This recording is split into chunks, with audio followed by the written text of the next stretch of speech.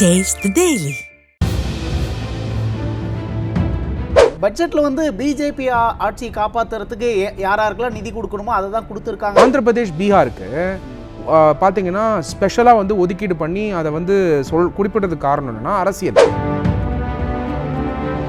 மாநில அரசும் மத்திய அரசும் சேர்ந்து தமிழ்நாட்டை புறக்கணிக்கிறாங்க. அலோகேட் பண்றது அவங்களுடைய பவர். அதை தயவு செஞ்சு சட்டத்துக்கு புறம்பான வார்த்தைகளை தவறா யூஸ் பண்றாங்கறத என்னோட வாதம். ஆட்சியை காப்பாத்திக்கிறதுக்காக பிரதமர் மோடி அவர்கள் தனிப்பட்ட முறையில் லஞ்சம் கொடுக்கிறாரா? தவறு என்ன இருக்கு?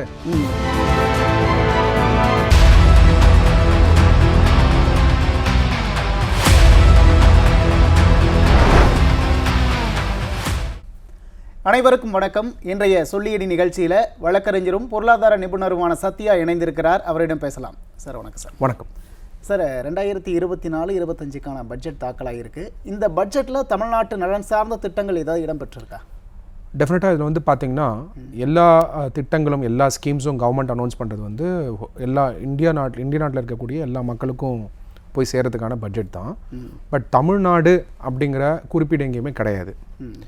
ஆனால் அதில் அலோகேட் பண்ணியிருக்கக்கூடிய டெவலப்மெண்ட் ஸ்கீம்ஸ் ஆகப்பட்டது தமிழ்நாடுக்கும் பொருந்தும் அப்படிங்கிறத நம்ம புரிஞ்சுக்கணும்.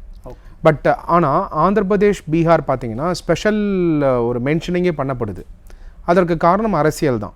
சார், இப்போ தமிழ்நாட்டுக்கும் பொருந்தும் அப்படின்னா எப்படி பொருந்தும்? என்னென்ன விஷயங்கள் அதில் இருக்குது? இப்போது ஒரு இந்த சிட்டிசனாக இந்தியாவில் இருக்கக்கூடிய ஒரு சிட்டிசனாக குடிமகனாக நீங்கள் வந்து ஒரு ஸ்கீம் அப்ளை பண்ணுறீங்க சென்ட்ரல் கவர்மெண்ட் சொன்னாக்க அந்த ஸ்கீமை வந்து சென்ட்ரல் கவர்மெண்ட் கொடுக்க வேண்டியது அவங்களுடைய கடமை. அஃப்கோர்ஸ் அந்த ஸ்கீம் உங்களுக்கு கொடுக்கப்படலை, இல்லை உங்களுக்கு வந்து கொடுக்காம தவிர்க்கிறாங்கன்னா நீங்கள் டெஃபினட்டாக வந்து கோர்ட்டுக்கு போயிட்டு நீங்கள் ரிட் மனு தாக்கல் பண்ணி அந்த ஸ்கீம் ஏன் கிடைக்கலங்கிற டைரக்ஷன் கூட வாங்க முடியும்.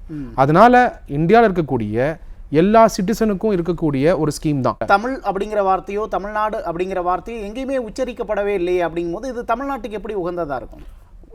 தமிழ்நாடு அப்படிங்கிறது உச்சரிக்காமல் போயிருக்கலாம். பட் அதில் நான் என்ன சொல்ல வரேன்னா எனக்கு அது வருத்தளிக்குது. தமிழ்நாடுன்னு பேர் இல்லை, தமிழ்நாட்டில் இருக்கக்கூடிய ஏதாவது ப்ராஜெக்ட்டுக்கு வந்து ஸ்பெசிஃபிக் மென்ஷன் இல்லைங்கிறது எனக்கும் வருத்தம் அளிக்குது. ஆனால் தமிழ்நாடு மக்களுக்கு இந்தியாவில் வந்து எல்லா ஸ்கீமும் கொடுக்கும் பொழுது தமிழ்நாடு மக்களுக்கும் தான் அது பொருந்தோன்றது தான் என்னோட பாயிண்ட்டு. அதில் மென்ஷன் பண்ணாமல் வேணா இருக்கலாம்.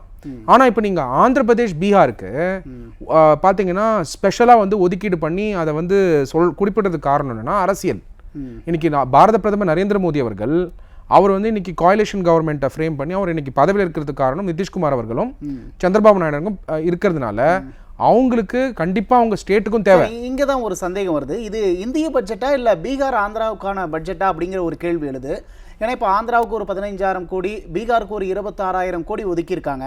ஆனால் தமிழ்நாடு கேட்ட வெள்ள நிவாரண நிதி தொடர்பாகவோ இல்லை மெட்ரோ ரயிலோட 2ஆம் கட்ட பணி தொடர்பான நிதியோ இல்லை ரயில்வேக்கான திட்டங்களோ எதுவுமே அறிவிக்கப்படலையே. இது நீங்கள் வந்து இப்போது இந்த ஸ்கீமை பொறுத்த வரைக்கும் இல்லை திட்டங்களை பொறுத்த வரைக்கும் தமிழ்நாட்டில் இருக்கக்கூடிய ஆளுங்கட்சி இருக்கக்கூடிய திராவிட முன்னேற்ற கழகம் பாஜகவுடைய ப்ரொபோசல்ஸ் கொடுத்து அவங்ககிட்ட அந்த வேண்டுகோள் வச்சாதான் அவங்களும் கொடுக்க முடியும். இப்போது நீங்கள் பார்த்தீங்கன்னா இதுக்கு முன்னாடி இருந்த அதிமுக ஆட்சி இருக்கும் பொழுது அவங்களோட சேர்ந்து பாரதிய ஜனதா பார்ட்டியோட சேர்ந்து செயல்படும் பொழுது என்னென்ன தேவைகளோ அதுக்கு முன் வச்சாங்க. அதனால வந்து தொடர்ச்சியாக தமிழ்நாட்டுக்கு வந்து அந்த காலகட்டத்தில் வந்து என்ன ஒதுக்கீடு இருக்கோ அது வந்துட்டு இருந்தது. அஃப்கோர்ஸ் அந்த டைம்லயும் ஒரு சேலஞ்ச் இருந்தது. அதிமுக கவர்மெண்ட்டுக்கு புரட்சியில் அம்மா அவர்கள் இருக்கும் பொழுது ஜிஎஸ்டி நிலுவைத் தொகை வராமல் போகும்னு அம்மா சொல்லியிருந்தாங்க. புரட்சியில் அம்மா அவர்கள் இருக்கும் பொழுது அதை தொடர்ச்சியாக ஜிஎஸ்டி கவுன்சிலையும் வந்து தொடர்ச்சியாக வந்த அதிமுக மந்திரிகளும் சொல்லிட்டு தான் இருந்தாங்க. சப்சிக்வெண்ட்டாக டிஎம்கே வந்து பவருக்கு வந்ததுக்கு அப்புறம் கூட ஜிஎஸ்டி நிலுவைத் தொகை தொடர்ச்சியாக பெண்டிங் இருந்தது. கடைசியாக 2021 எண்டில் தான் வந்து கொடுத்தாங்க. நம்ம வந்து மேனுஃபேக்சரிங் ஸ்டேட்டு, அதனால வந்து ஜிஎஸ்டி நிலுவைத் தொகை பெண்டிங்ல இருந்தது. இப்போ கொஸ்டின் என்னன்னா தமிழ்நாடுக்கு இப்போ வந்து மற்ற ஸ்டேட்டுக்கு என்ன அப்ளிகபிளோ தமிழ்நாடுக்கு அப்ளிகபிள் அப்படின்னு பார்த்தீங்கன்னா வெஸ்ட் பெங்கால் குறிப்பிடல, ராஜஸ்தான் குறிப்பிடல, குஜராத் கூட தான் குறிப்பிடல. ஸோ ஸ்டேட்டை குறிப்பிட்டாதான் அலோகேஷன் இருக்குன்றது வந்து தப்பான அபிப்பிராயம். பட்ஜெட்ல வந்து பிஜேபி ஆட்சியை காப்பாத்துறதுக்கு யாராருக்கெல்லாம் நிதி கொடுக்கணுமோ அதை தான் கொடுத்துருக்காங்க அப்படின்னு ஒரு விமர்சனம் வைக்கப்படுது. அதில் தவறு என்ன இருக்கு? நீங்க யோசிங்க. இல்ல ஒரு பட்ஜெட் அதுல என்ன தவறு இருக்கு? நீங்க கேட்கிற கேள்வி அப்சல்யூட்டா ரைட்டு. பாரத பிரதமர் நரேந்திர மோடி அவர்கள் இன்னைக்கு பிரதமரா வந்து 3வது முறை உட்காரத்துக்காக சந்திரபாபு நாயுடு அவர்களும் நிதிஷ்குமார் அவர்களுடைய பங்கு பெருசா இருந்ததுன்னா அவங்களுக்கு பட்ஜெட்ல ஒதுக்கீடு பண்ணி அந்த மாநிலத்தை டெவலப் பண்ண வேண்டிய கட்டாயத்துல பாரத பிரதமர் நரேந்திர மோடி அவர்கள் இருக்காரு. இதுக்கு முன்னாடி டேர்ம்ல அவர் பண்ண வேண்டிய அவசியம் வந்து எல்லா ஸ்டேட்டுக்கும் பண்ணிட்டு இருந்தாரு. பட் ஸ்பெசிஃபிக் மென்ஷன் பண்ணாத காரணம் அரசியல கூட இருக்கலாமே. அல்டிமேட்டா பாரத பிரதமர் நரேந்திர மோடி அவர்களா இருக்கட்டும், சிஎம் ஆஃப் ஸ்டேட்டா இருக்கட்டும், யார் ஆதரவு கொடுக்குறாங்களோ முதல் கட்டத்துல அவங்களுக்கு ஹெல்ப் பண்ணி தான் ஆகணும். அது என்ன, அது நிதர்சனம் ஒரு மாநிலம் இருக்கு அப்படின்னா அவங்களுக்கு நிதி ஒதுக்கி அவங்கள வளர்ச்சி அடைய செய்யறது நியாயம். கூட்டணியில இருக்க கட்சிகளுக்காக நிதி ஒதுக்கி அவங்கள வளர்ச்சி அடைய செய்யறது நியாயமா சார்? கட்சிக்காக நிதி ஒதுக்கலையே, ஆட்சிக்கு தானே நிதி ஒதுக்குறாரு. நிதி கொடுக்கறது நியாயம் தான் சார். ஆனா பெரும்பாலான நிதியை அங்கேயே வாரி வாரி கொடுக்கறது அப்படிங்கிறது இல்லையே. அதை பத்தி ஸ்பெசிபிக் மென்ஷன் பண்றாங்க. இப்போ ஸ்பெஷல் ஸ்டேட்டஸ் கொடுக்க வேண்டிய ஒரு state Andhra Pradesh special status கொடுக்கல, ஆனா ஸ்பெஷலா வந்து நிதி ஒதுக்கி இருக்காங்க. அது வந்து அவங்க வந்து கூட்டாட்சி தத்துவத்துல அவங்களுக்கு தேவையான விஷயத்த சந்திரபாபு நாயுடு அவர்கள் பாரத பிரதமர் நரேந்திர மோடி அவர்களோட இப்ப சப்போர்ட் பண்றதுனால அந்த ஈக்குவேஷன் அவர் கேட்டு வாங்குறதுல என்ன தவறுன்னு தான் நான் கேட்கிறேன். அது அரசியல்ல வந்து நிதர்சனம் தானே. ஜிஎஸ்டி வரி மத்திய அரசுக்கு போகுது, ஆனா இங்க தமிழ்நாடு புறக்கணிக்கப்படுது அப்படிங்கிறது சரியா சார்? எப்படி நீங்க புறக்கணிக்கப்படுதுன்னு நினைக்கிறீங்க? சென்ட்ரலி ஸ்பான்சர்ட் ஸ்கீம்னு இருக்கக்கூடிய ஒரு ஸ்கீமும் அதிமுக ஆட்சி இருந்தாலும் சரி, திமுக ஆட்சி இருந்தாலும் சரி, ஒன்று மட்டும் புரிஞ்சுக்கோங்க, எந்த கட்சி ஆட்சிக்கு வருதுன்றது ஒரு பக்கம் இருந்தாலும் ஆட்சியாளர்கள் இருந்துட்டு தான் இருக்காங்க. திராவிட முன்னேற்ற கழகம் தமிழ்நாடுக்கு என்ன ஃபண்டு தேவையோ அதை ஸ்பெஷலாக போயிட்டு ரிக்வஸ்ட் வைக்கிறதுல தமிழ்நாடு கவர்மெண்ட் அந்த வேலையை செஞ்சு தான் ஆகணும். தமிழக அரசு சார்பில் வந்து எந்த விதமான கோரிக்கையும் வைக்கல, மத்திய அரசும் புறக்கணிக்குது அப்படின்னா மாநில அரசும் மத்திய அரசும் சேர்ந்து தமிழ்நாட்டை புறக்கணிக்கிறாங்களா அப்படிங்கிற ஒரு கேள்வி. இல்லை, அப்படி நீங்கள் அந்த கோணத்திலே பார்க்காதீங்க. தமிழ்நாடு கவர்மெண்ட்டு சென்டரில் யார் இருந்தாலும் நீங்கள் வந்து எலெக்ஷனுக்கு ஃபைட் பண்ணிக்கிறது வேற, கொஞ்சம் மெச்சோர்டாக அண்டர்ஸ்டாண்ட் பண்ணிக்கலாம். அரசியல் கட்சிகள் எலெக்ஷனுக்காக ஃபைட் பண்ணிக்கிறது வேற. நீங்கள் ஆட்சியாளர் ஆனதுக்கப்புறம், நீங்கள் எலெக்ட் ஆனதுக்கப்புறம் யுவர் லெஜிஸ்லேட்டர், யுவர் ஸ்டேட்ஸ்மேன். நீங்கள் ஆட்சி பிடிச்சதுக்கப்புறம் மக்களுக்கு என்ன தேவையோ அது சென்டர் கிட்ட பேசி வாங்கிட்டு வர வேண்டியது ஒரு ஸ்டேட்டோட கடமை. இது கூட்டாட்சி தத்துவம், இது ஃபெடரல் கண்ட்ரி. நீங்க வந்து கேட்கலாம், என்ன சார் அப்படி கேட்டுதான் வாங்கணுமா, அவங்கள தரமாட்டாங்களா அப்படின்னா, இப்ப இல்ல, காங்கிரஸ் ஆட்சி இருக்கும்போது கூட, திராவிட முன்னேற்ற கழகம் காங்கிரஸோட கூட்டாட்சியில் இருக்கும்போது கூட கேட்டுதான் வாங்க வேண்டிய நிலைமையில இருந்தோம். ஏன்னா அரசியலமைப்பு சட்டமே சென்டருக்கு வந்து இன்க்ளைண்டா தான் இருக்கு. அது வந்து தவிர்க்க முடியாத ஒரு விஷயம். படியே கேட்டுதான் பெறணும் அப்படின்னு சொல்றீங்க. தூத்துக்குடி வெள்ளத்துக்கும் சென்னை வெள்ளத்துக்கும் நிதி கேட்டாங்க, ஆனா மத்திய அரசு இதுவரை எந்த விதமான அறிவிப்பும் வெளியிடல. டெஃபினட்டா வந்து அது வருத்தளிக்கப்படுது. ஏன்னா நான் வந்து சப்போர்ட் பண்ணல. கண்டிப்பா வந்து தமிழகம் புறக்கணிக்கப்படுது அப்படின்னு நம்ம இல்ல, என்ன தெரியுது நான் சொல்ல வரல. அவங்க ஃபார் எக்ஸாம்பிள் வந்து சென்டர் கொடுக்கல, நீங்க ஏன் கேட்கல? எந்த தூத்துக்குடி வெள்ளத்துக்கு கேட்டிருக்காங்க. நீங்க எவ்வளவு இம்பார்ட்டன்ட், அதாவது இல்ல, வெரி சிம்பிள். கேட்கறது இப்ப கேட்கறாங்க, இப்ப வந்து தமிழ்நாட்டுக்கு வேணும்னு கேட்கறாங்க, கொடுக்கலன்னா என்ன பண்ணணும்? அதுக்கான ரெசல்யூஷன் என்ன, அதுக்கான பாலிசி மெஷர் என்ன எடுக்கணும்? அதை வந்து இமீடியட் எடுக்க வேண்டியது இருக்கு. நீங்க வந்து பாத்தீங்கன்னா வெளிநாட்டில் இருக்கக்கூடிய பேங்க்ஸ் கிட்ட இருந்து நீங்க கடன் வாங்கலாம், அதுக்கான அப்ரூவல் நீங்க கேட்டிருக்கலாம், நீதிமன்றத்தை அணுகிருக்கலாம். புயலுக்காக 30,901 கோடி கேட்டாங்க, ஆனா மத்திய அரசு ஒதுக்குறது வெறும் 200 கோடி அப்படிங்கும் போது இதுல ஏதோ முரண் வேணும்னே பண்ற மாதிரி. நான் ஒரே ஒரு கேள்வி தான் கேட்கிறேன். எல்லாத்துக்கும் வந்து நீங்க கேக்குறீங்க, ஏன் நீதிமன்றத்துக்கிட்ட போக மாட்டேங்கிறீங்க? எல்லா விஷயம் நீதிமன்றம் ஜுடிஷியரி இருக்கா இல்லையா? நீங்க ஒரு சிம்பிள் எக்ஸாம்பிள் எடுத்துக்கோங்க. ஜிஎஸ்டி நிலுவைத் தொகை வரல, காம்பன்சேஷன் வரலன்னு உடனே சட்டத்துல காம்பன்சேஷன் கொடுக்கணும் இருக்கா இல்லையா? அப்ப நீங்க போக வேண்டிய இடம் எங்க? இல்ல, 3 ஆர்கன்ஸ். நான் அரசியல், நீங்க அதாவது கட்சிகள் அரசியல் பண்ணணும்னு நினைக்கிறீங்க, ஆனா உண்மையா மக்களுக்கு சேரணும்னா நீதிமன்றத்துக்கு போங்க, ரிட் பெட்டிஷன் தாக்கல் பண்ணுங்க, அது மேல மேல்முறையீடு பண்ணுங்க. டைரக்ஷன் வந்து நீதிமன்றம் கொடுக்க போறாங்க. ஏன் கொடுக்க போறாங்க நீதிமன்றம் டைரக்ஷன்? எது கான்ஸ்டிடியூஷனலோ, சட்டத்துல என்ன சொல்லப்பட்டிருக்கோ அந்த சட்டத்தை நீங்க வந்து இப்போ நீங்க காம்பன்சேஷன் கேக்குறீங்க சென்டர் கிட்ட, சென்டர் கொடுக்கல. சிஎன்ஏஜி ரிப்போர்ட்லயும் control and auditor general of India ரிப்போர்ட்லயும் காம்பன்சேஷன் கொடுக்கணும்னு தணிக்கை குழு சொல்றாங்க. கொடுக்காத பட்சத்தில் என்ன பண்ணணும்? அதை மேற்கோட் காட்டி நீதிமன்றத்துக்கு போயிட்டு மேல்முறையீடு பண்ணி நீதிமன்றத்தை டைரக்ஷன் வாங்கி சென்ட்ரல் கவர்மெண்ட் வாங்க வேண்டியதானே? நீதிமன்றத்துடைய ஆர்டர்ஸை கவர்மெண்ட் ஃபாலோ பண்ணுவாங்களா மாட்டாங்களா? இல்ல, இன்னொரு சொல்லுங்க, ஃபாலோ பண்ணுவாங்களா மாட்டாங்களா? கண்டிப்பா ஃபாலோ பண்ணுவாங்க. அப்படியே பண்ண மாட்டீங்க. என்ன கேள்வி எழுதுனா, வெள்ள பாதிப்புக்கு நிவாரணம் தரல, ஆனா குஜராத் பாஜக ஆளக்கூடிய மாநிலங்களுக்கு மட்டும் நிவாரணம் 11,000 கோடி வாரி வழங்குறாங்க அப்படின்னா இதை நம்ம எப்படி எடுத்துக்கிறது? அப்புறம் டெஃபினட்டா நீங்க எந்த ஸ்டேட்ல இருந்து வராங்களோ அங்க இன்க்ளினேஷன் இருக்க தான் செய்யும். இப்ப தமிழ்நாட்டுல இருந்து ஒரு பிரதமர் வராருன்னா தமிழ்நாட்டுக்கு வந்து நல்ல இன்னும் வந்து ஃபேவரட்டிசம் பண்ணதான் நீங்க நினைப்பீங்க. அது எப்படி இல்லாம இருக்கும் அந்த தாட்? ஸோ அப்போ நம்மளுடைய கடமை என்ன? தமிழ்நாட்டிலேருந்து யாரோ பிரைம் மினிஸ்டர் ஆகணும், இல்லை நம்ம வந்து இப்போ இருக்கக்கூடிய பிரைம் மினிஸ்டருக்கு அவர் ஆட்சி அமைக்கிற மாதிரியான சூழ்நிலைக்கு வந்து நம்ம சப்போர்ட் பண்ணணும். இந்த ரெண்டு சுச்சுவேஷனாக தான் உங்களுக்கு என்ன கேட்குறீங்களோ அது கிடைக்கும்.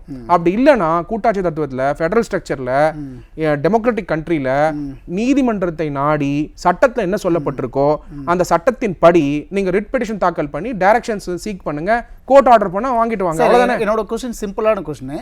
இப்போ நிதிஷ்குமாரும் சந்திரபாபு நாயுடும் என்ன செஞ்சிட்டாங்கன்னா உங்களுக்கு இவ்வளோ நிதி? எல்லாரும் சேர்ந்து வாக்களிச்சு தான் மோடி இப்போ பிரதமராக இருக்கார். அப்படிங்கும்போது பட்ஜெட்டுங்கிறதும் எல்லாருக்கும் பொதுவானதாக தானே இருக்கணும். நீங்க எப்படி என்ன சொல்ல வரீங்கன்னா, எந்த மாநிலத்து பேரும் சொல்லக்கூடாது, சொன்னா தமிழ்நாடு பேர் சொல்லணும், எல்லா மாநிலத்து பேரும் சொல்லணும் நீங்க நினைக்கிறீங்க. பட்ஜெட் வந்து வெரி கிளியர். நான் முதல்ல இருந்தே நான் டினையே பண்ணல. பாரத பிரதமர் நரேந்திர மோடி அவர்கள் அவர் ஆட்சி அமைச்சதுக்கு சந்திரபாபு நாயுடு அவர்களும் நிதிஷ்குமார் அவர்களும் டெஃபினட்டா இம்பார்ட்டன்ட் பீப்புள், இம்பார்ட்டன்ட் லெஜிஸ்லேட்டர்ஸ். அவங்க மாநிலத்துல இருந்து பெரும்பாலான எம்பி கொடுத்து அவரை சப்போர்ட் பண்ணி பிரைம் மினிஸ்டர் ஆக்குறாங்க. பிரதமருக்கு முக்கியம் அப்படின்னா தமிழ்நாட்டுல இருந்து பிஜேபிக்கு ஓட்டு போட்டிருக்காங்க இல்லைங்களா? முக்கியம் இல்லன்ற பாயிண்ட்டுக்கே நான் வரல. ஒரு கட்சி ஆட்சி அமைக்கிறதுக்கு ஒரு 2 ஸ்டேட்ல இருக்கக்கூடிய சீஃப் மினிஸ்டர்ஸ் வந்து அவங்க எம்பி சப்போர்ட் பண்ணிருக்காங்கன்னா ஆட்டோமேட்டிக்கா அவங்களுக்கு அந்த சப்போர்ட் வெரி சிம்பிளுங்க. இல்ல தமிழ்நாட்டுல திராவிட முன்னேற்ற கழகம், உங்க வாதத்துப்படியே நான் ஒரே ஒரு பாயிண்ட் தான் ட்ரை பண்றேன். தமிழ்நாட்டுல திராவிட முன்னேற்ற கழகம் கூட்டாட்சி காங்கிரஸ் இருக்கும்போது பெரும்பாலான மினிஸ்டர்ஷிப் தமிழ்நாட்டில் இருக்கக்கூடிய திராவிட முன்னேற்ற கழகத்துக்கு மினிஸ்டர்ஸ்க்கு கொடுத்தாங்களா இல்லையா? கண்டிப்பா கொடுத்தாங்களா இல்லையா? அப்போ மற்ற மாநிலத்தில் இருக்கக்கூடிய உங்களுக்கு முக்கியத்துவம் கொடுக்கலையா? பாயிண்ட் என்னன்னா, யாரு வந்து ஆட்சி என்னோட கேள்வி என்னன்னா, ஆட்சியை காப்பாத்திக்கிறதுக்காக பிரதமர் மோடி அவர்கள் தனிப்பட்ட முறையில் லஞ்சம் கொடுக்கிறாரா?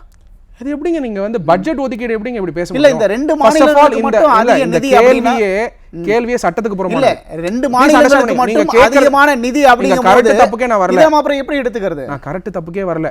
நீங்க கேக்குறதே சட்டத்துக்கு புறமானது. பட்ஜெட் ஒதுக்கீடுக்கும் அத நீங்க எடுத்துட்டு போயிட்டு கரப்ஷனுக்கு எப்படி ஈக்குவேட் பண்ணுவீங்க? பட்ஜெட் ஒதுக்கிடுங்க. இல்ல அப்புறம் என்ன காரணம்? 48 lakh crore ஒதுக்கிறதுக்கு வேற என்ன காரணம்? தனிப்பட்ட காரணம் தானே. It is a power, it is a central government budget. Ministry of Finance decides the allocation. அவங்க எந்தெந்த ஸ்டேட்டுக்கு என்னென்ன காரியத்துக்கு கொடுக்கணும்னு முடிவு பண்றாங்களோ அந்தந்த காரியத்துக்கு அவங்க கொடுக்குறாங்க. 1 செகண்ட் இருங்க, அது அவங்களுடைய பவர். இப்போ தமிழ்நாட்டில் சிஎம் இருக்கும் பொழுது என்னென்ன ப்ராஜெக்ட்ஸ் கொடுக்கணுமோ அந்தந்த ப்ராஜெக்ட்ஸ்க்கு அவர் டிசைட் பண்றது தான் கொடுக்குறாங்க. அந்த கவர்மெண்ட் எந்த கவர்மெண்ட் ஆட்சியில் இருக்காங்களோ அதை அவங்க அலோகேட் பண்றது அவங்களுடைய பவர். அதை தயவு செஞ்சு சட்டத்துக்கு புறம்பான வார்த்தைகளை பயன்படுத்தி யூஸ் பண்றாங்கறத என்னோட வாதம். என்ன நான் கேட்கிறேன்னா, இந்தியாவில் இருக்க எல்லா மாநிலங்களிலும் இருக்கக்கூடிய வறுமை ஒழிக்கணும் அப்படிங்கிறது தான் ஒரு நோக்கமாக இருக்கணும். ஒரு குறிப்பிட்ட 2 மாநிலங்களுக்கு மட்டும் பட்ஜெட்டை வாரி இறைக்கிறாங்க அப்படின்னா இது தனிப்பட்ட ஆட்சியை காப்பாற்றணுங்கிற நோக்கம் மட்டும் தான். திருப்பி சொல்றேன், தமிழ்நாடுக்கு கொடுக்கல, தமிழ்நாடு பேர் சொல்லணும் எனக்கு வருத்தம் இருக்கு. ஆனா 2 மாநிலங்களுக்கு மட்டும் ஏன் அதிகப்படியான நிதி கொடுக்கணும்? 2 மாநிலத்தில் இருக்கக்கூடிய சீஃப் மினிஸ்டர் அவங்க கட்சியில் இருக்கக்கூடிய எம்பிஸ் பாரத பிரதமர் நரேந்திர மோடி அவர்களை ஆட்சி அமைக்கிறதுக்கு பிரதமர் ஆகிறதுக்கு இன்னைக்கு அவங்க காரணமா இருக்கிறதுனால அதனாலதான் இந்த கேள்வி எழுது. ஆட்சி காப்பாத்திக்கிறதுக்காக தான் பிரதமர் தவறான முறையில் செயல்படுறாரு. தவறு என்ன இருக்கு? அப்ப அவர் வந்து வறுமையை ஒழிக்கிறது பிரதமரோட நோக்கம். வறுமையை ஒழிக்கிறதுக்காக இன்னைக்கு 3 ஸ்கீம் கொண்டு வந்திருக்காரு. யூத் டெவலப்மெண்ட் ஸ்கீம்ஸ் கொண்டு வந்திருக்காரு. நான் பட்ஜெட் வந்து எல்லாமே வந்து 100% வந்து மக்களுடைய ஒதுக்கீடு வந்து எல்லாமே போய் சேரும் நான் சொல்லலை. நல்லா புரிஞ்சுக்கோங்க, நான் ஒரு எக்ஸ்பர்ட்டா வந்திருக்கேன், நான் அரசியல்வாதியா வரல. அதை நீங்க ஃபர்ஸ்ட் புரிஞ்சுக்கோங்க. 3 ஸ்கீம் இருக்கு. Scheme A, scheme B, scheme C, youth development கொடுத்திருக்காரு. இந்த 3 ஸ்கீம்ல தமிழ்நாடுக்கு அப்ளிகபிள் ஆகாதுன்னு சொல்லியிருக்காரா? பதில் சொல்லுங்க. அப்ளிகபிள் சொல்லியிருக்காரா? விவசாயிகளுடைய திட்டத்துக்கு 1,52,000 கோடி ஒதுக்கீடு பண்ணியிருக்காரு. அது கிரெடிட் கார்டு கொடுக்குறாரு. அதுல பல திட்டங்கள் விவசாயிகள் கொடுக்குறாரு. தமிழ்நாடுக்கு அப்ளிகபிள் இல்லைன்னு சொல்றாரா? இல்ல. ஆனா ஆந்திராக்கும் பீகாருக்கும் ஸ்பெஷல் ஒதுக்கீடு கொடுக்கிறது பை டிஃபால்ட் அவருடைய ஆட்சி அமைக்கும் போதே அந்த அக்ரிமெண்ட் இருக்க தான் செய்யும். ஏங்க ஒரு கட்சி சப்போர்ட் பண்றாங்க, அவங்க தேவை இருக்குன்னா விவசாயத்துக்கு ஒதுக்கப்பட்டிருக்குன்னு சொல்றீங்க. ஆதார விலையை நிர்ணயம் செய்யறதுக்கு மத்திய அரசு என்ன திட்டத்தை சொல்லியிருக்கு சார்? ஆதார விலை தான் வந்து எம்எஸ்பி வந்து மினிமம் செல்லிங் பிரைஸ் வந்து ஆல்ரெடி டிசைட் பண்ண 1.5 டைம்ஸ் இருக்கிறது இருந்துகிட்டு இருக்கு. இப்போ நீங்க அது 10மான்னு கேட்டீங்கன்னா நீங்க கேட்க வேண்டியது தெரியுமா? அந்த 1.5 டைம்ஸ் எம்எஸ்பி 10மான்னு கேட்கணும். 10 தான் நான் சொல்றேன். அது எவ்வளவு இருக்கணும்னு கேட்டீங்கன்னா 2.5 டைம்ஸோ 3.3 டைம்ஸோ இருக்கணும். அதாவது விவசாயிகளுடைய கொள்முதல் பண்ண வேண்டிய பிரைஸ். ஆனா விவசாயிகளுக்கு இதுல ஒதுக்கீடு பண்ணதே வந்து விவசாயிகளுக்கு பத்தாது. உண்மையான டிரான்ஸ்ஃபர்மேஷன் வேளாண் துறைக்கு பண்ணணும்னா சென்ட்ரல் கவர்மெண்ட்டும் டெஃபினட்டா வந்து இன்சூரன்ஸு, வேர்ஹவுஸு, அவங்க கொள்முதல் பண்ண வேண்டிய அந்த ஏபிஎம்சியோடைய பிரைஸ் வந்து ஏற்ற வேண்டியது கவர்மெண்டோட கடமை. கிராப் இருந்து வேர்ஹவுஸ் இருந்து கொள்முதல் பிரைஸ் கரெக்டாக இருந்தால் விவசாயிகள் நஷ்டம் அடைய மாட்டாங்க. ஏங்க நீங்கள் போய் ஒரு இடத்துலையும் தமிழ்நாடாக இருக்கட்டும், ஆந்திர பிரதேஷாக இருக்கட்டும், கர்நாடகா இருக்கட்டும், எல்லா விவசாயிங்க போய் சர்வே பண்ணி பாருங்க, யாராவது லாபம் பண்ணுறாங்களா பாருங்க. எல்லாரும் கடனில் இருக்காங்க. எப்படா அந்த கடனை வந்து கவர்மெண்ட் தள்ளுபடி பண்ணுவாங்கன்னு வேண்டிக்கிட்டு இருக்காங்க. அந்த நிலைமை நம்ம விவசாயம் வச்சுக்கிட்டு நம்ம என்ன டெக்னாலஜி இன்ஃப்ராஸ்ட்ரக்சர் கொண்டு வந்து என்ன யூஸ்ன்னு நினைக்கிறீங்க? ஸோ கவர்மெண்ட் வந்து 1,52,000 கோடி ஒதுக்கீடு பண்ணது சந்தோஷமா இருந்தாலும் அது ஒதுக்கீடு பண்ணி போக வேண்டிய இடம் இன்சூரன்ஸ், வேர்ஹவுஸ், கொள்முதல் பண்ண வேண்டிய பிரைஸ், இந்த இடத்துல வந்து பெரிய டிரான்ஸ்ஃபர்மேஷன் இல்லைங்கிறது என்னோட அப்சர்வேஷன். ஓகே சார், புரியுது சார். நேரத்தை செலவிட்டு கருத்துக்களை பயந்தமைக்கு மிக்க நன்றி. நன்றி நேயர்களை மற்றும் ஒரு நிகழ்ச்சியில் சந்திப்போம். நன்றி, வணக்கம்.